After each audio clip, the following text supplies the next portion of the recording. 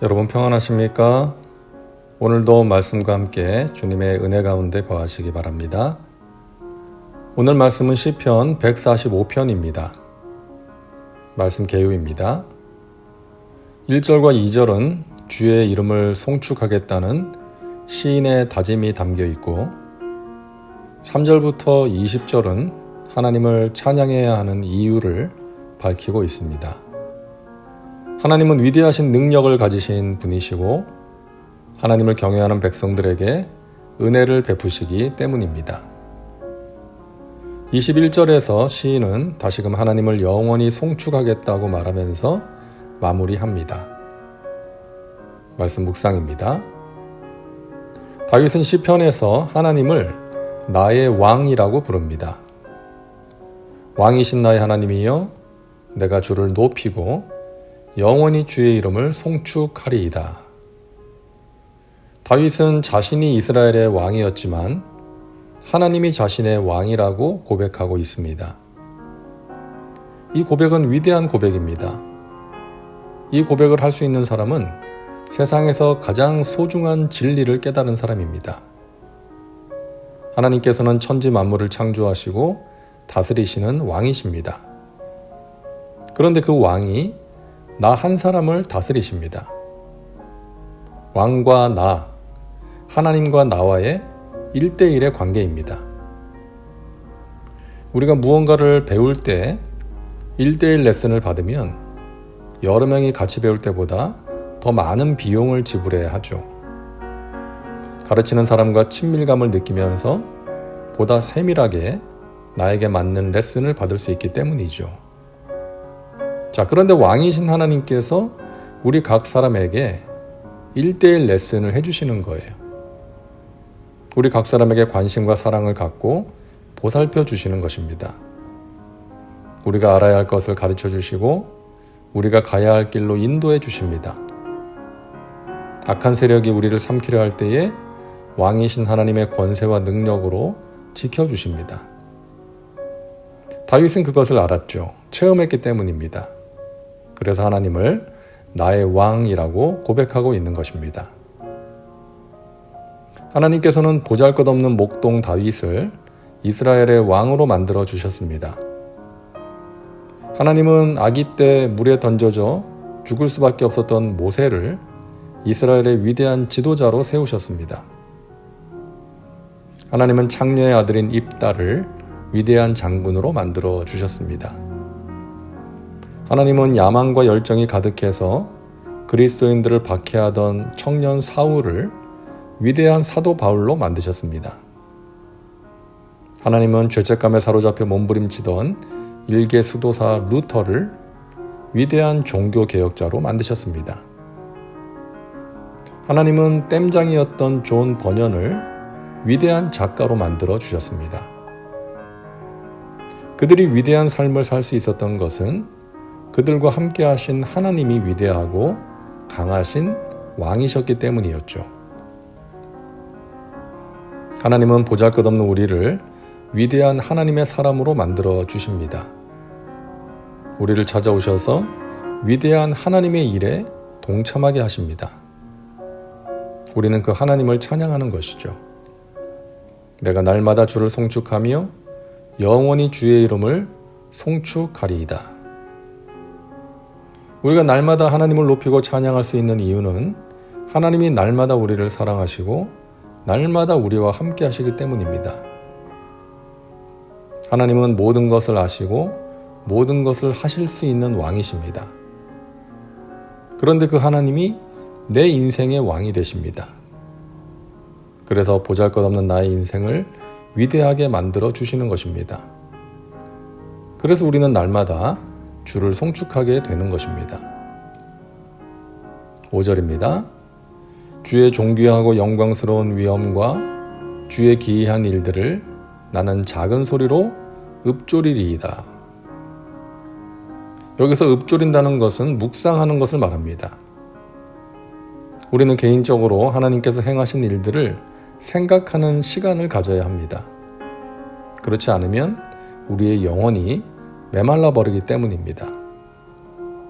하나님을 바라보지 못하고 세상과 사람, 문제를 보게 되기 때문이죠. 이스라엘 백성들이 가나안 족속을 몰아내고 가나안 땅을 차지한다는 것은 불가능한 일이었습니다. 가나안 땅에는 기골이 장대한 거인들이 살고 있었고 그들의 군사력도 이스라엘보다 뛰어났기 때문이었죠.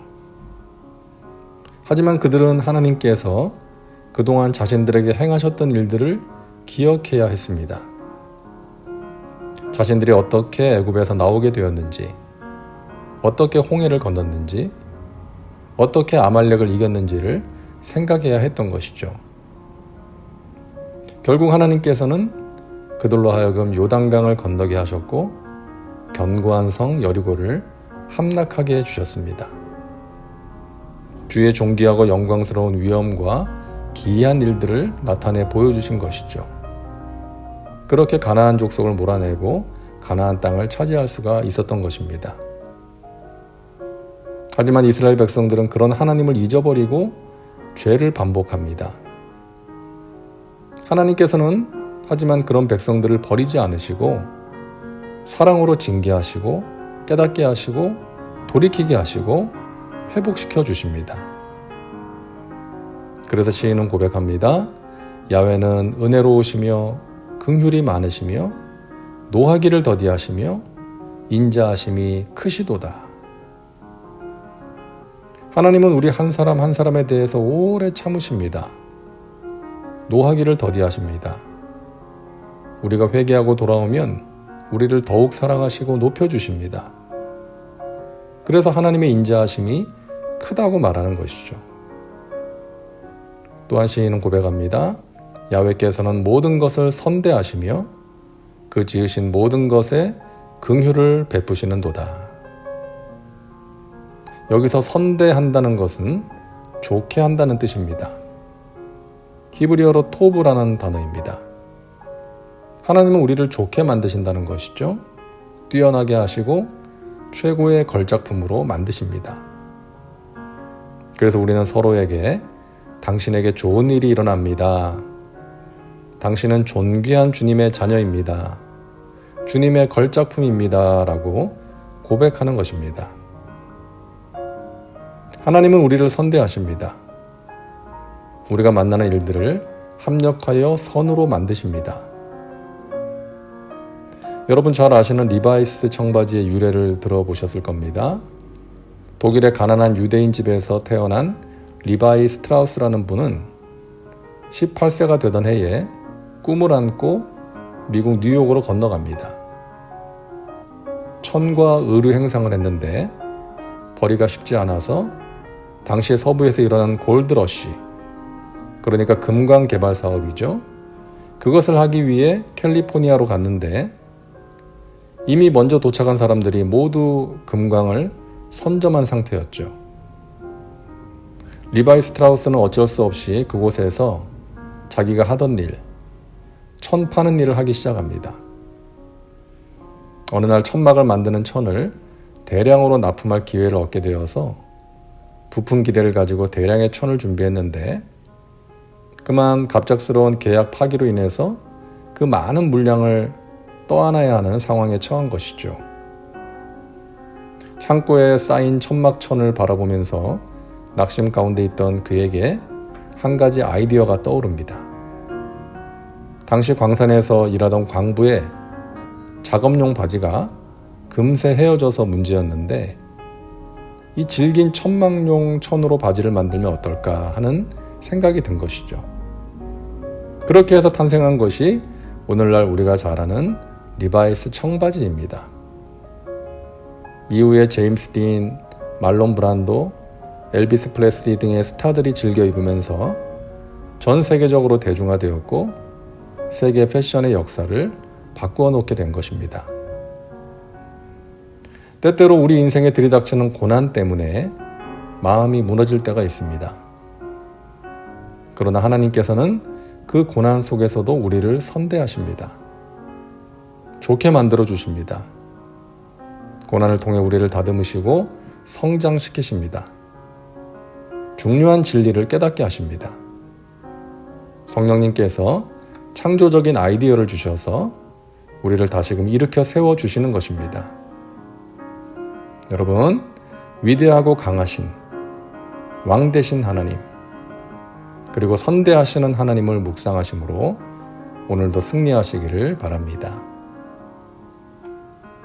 다음은 말씀 적용입니다. 오늘 말씀을 통해 당신에게 주시는 메시지는 무엇입니까? 당신 자신과 삶의 현장에 구체적으로 적용하시기 바랍니다.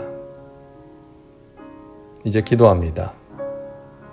사랑과 은혜가 풍성하신 하나님, 오늘도 말씀과 함께 살게 하시니 감사합니다. 나의 왕이신 하나님을 찬양합니다. 하나님께서 행하신 일들을 묵상하며 살게 하시고 하나님의 인자하심과 선대하심을 기억하고 의지하며 하루하루 승리의 삶을 살게 하옵소서. 예수님의 이름으로 기도하옵나이다. 아멘. 오늘도 말씀과 함께 은혜 가운데 거하시기 바랍니다. 여러분 사랑하고 축복합니다.